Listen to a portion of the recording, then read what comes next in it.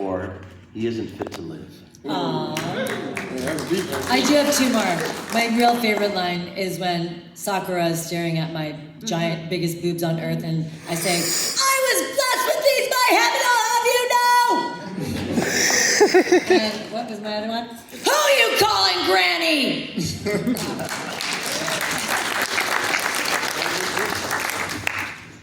It's not because I'm lazy. It's just I don't care. Word to you, mine is always the same. It is, always remember, a hero is not one who never falls. They are the one who get up again and again, never losing sight of their dreams. So to you and all your dreams coming true. I literally remembered nothing. Until I had a fan ask me, this is what happens. They'll ask me a question, it'll jog a memory, and somebody asked me about the scene with behind the white Obito mask. And, I love when you say, am I perspiring?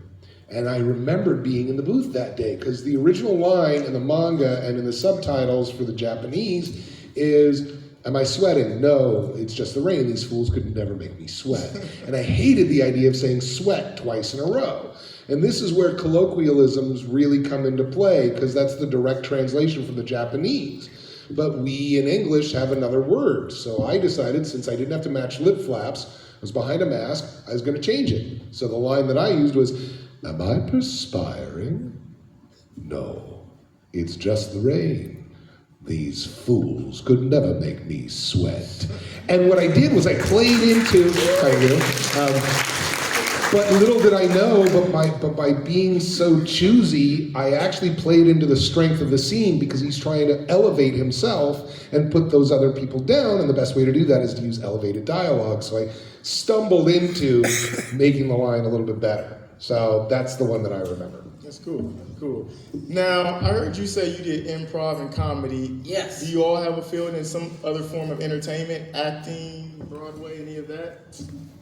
Could you mind share? Yeah. I started as a musical, doing musicals on stage in theater in LA, which meant I was broke all the time. So. 20 years of improv with Adam Carolla, Molly Shannon, these other guys that... I never made a dime at improv, by the way, and luckily my voiceover career took over, so...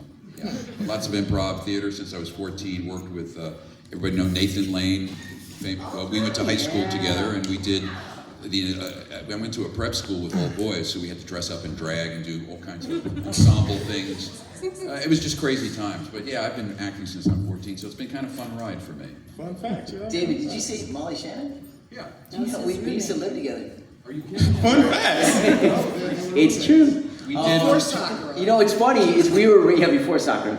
But we were roommates from 90 to 94, and it was awesome because I remember saying vividly to Molly, I said, hey, I wonder what's gonna break us up. I mean, just our friendship, or not a friendship, but our roommate situation. And I jokingly said, I think one of us is either gonna get married or one of us is gonna get whisked away in a limousine. And I kid you not, 6 months later, I spent a lot of time with Molly's trajectory, but she took over for Janine Garofalo for the last 8 episodes of that season, and then it was pending. She wasn't sure she was gonna go back and be like a full-time cast member.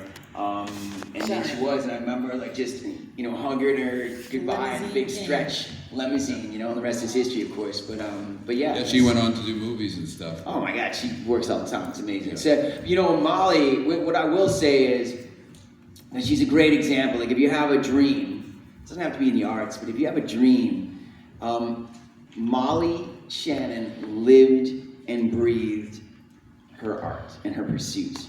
And I'll tell you a story. We lived together, and I walked in, and you can kind of sense that someone's in the space, but she's not answering. I was like, Molly, you home? Molly. And our place wasn't that big. We lived in Hollywood.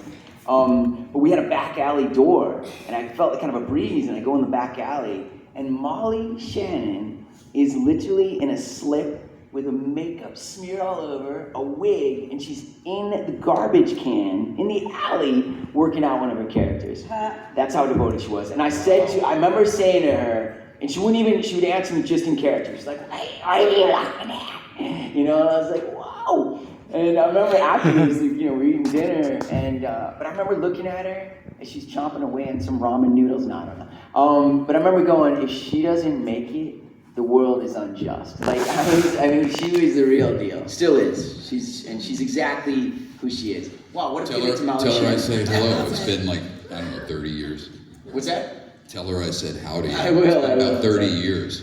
I will, and I'll tell her you're using your real voice finally. Stop hiding. Stop hiding. You are. Oh, I got into this through music, moved to LA to do music, and had never even heard of voiceover. And I was singing a little song at a studio, and a woman from the head of Disney promos and interstitials was there, and she said, "Don't you do voiceover?" And I said, "Voice what?" And she said, "You have a great voice for children's programming." And I said, "Okay." And she gave me her card. She goes, "Call me." I said, "Okay." So I called her. And then over the course of about a year, they called me into Disney to come do, stay tuned, we'll be right back. Coming up next on the Disney Channel. So I was like, okay. And because I was a musician, it just came really easily to me, timing.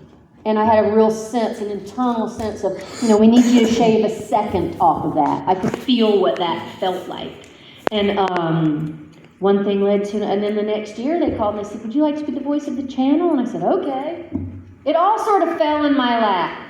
But I was in LA. I played the piano and sang at hotels. That was my gig. I was around the industry.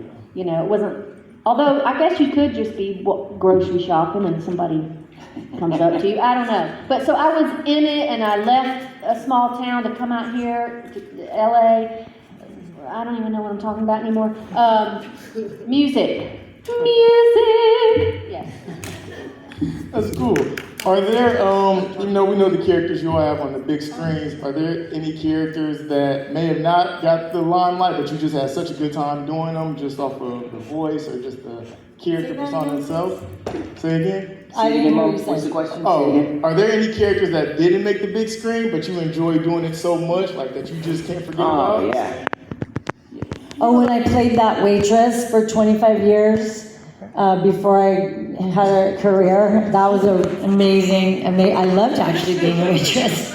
I was wondering if she'd ever make it to the big screen, but she never did, but thank goodness. She got you here. It is funny that the more you do of like anime and stuff, if you look at all of our resumes, our IMDb page, there's probably thousands of titles that you've never heard of. And it was stuff that we did that was like, went to straight to DVD, or it's this obscure anime, or it's this or it's that, or it's a romance one, or it's a sports one, and they get kind of very, very defined, very pigeonholed. And so it's funny too when you say, like when you auditioned for it, did you know Naruto was going to be a big thing?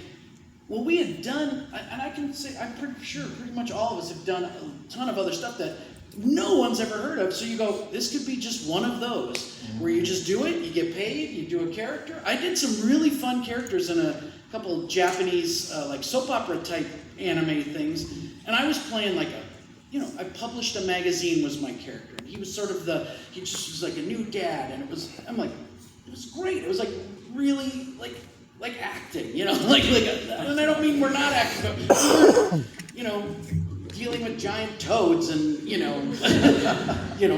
clouds coming out of your fingers and all of that kind of stuff. It was like a real, what you would almost like a 90210 or something like that. And so anyway, that's what I would say is a lot of these weird titles. If you go back to our IMDb pages, go do a deep dive, there's some really interesting stuff in there. But for the most part, everything we did straight to DVD, sitting on a shelf somewhere, who knows? Can I brag about if it'll something? ever see the light of day.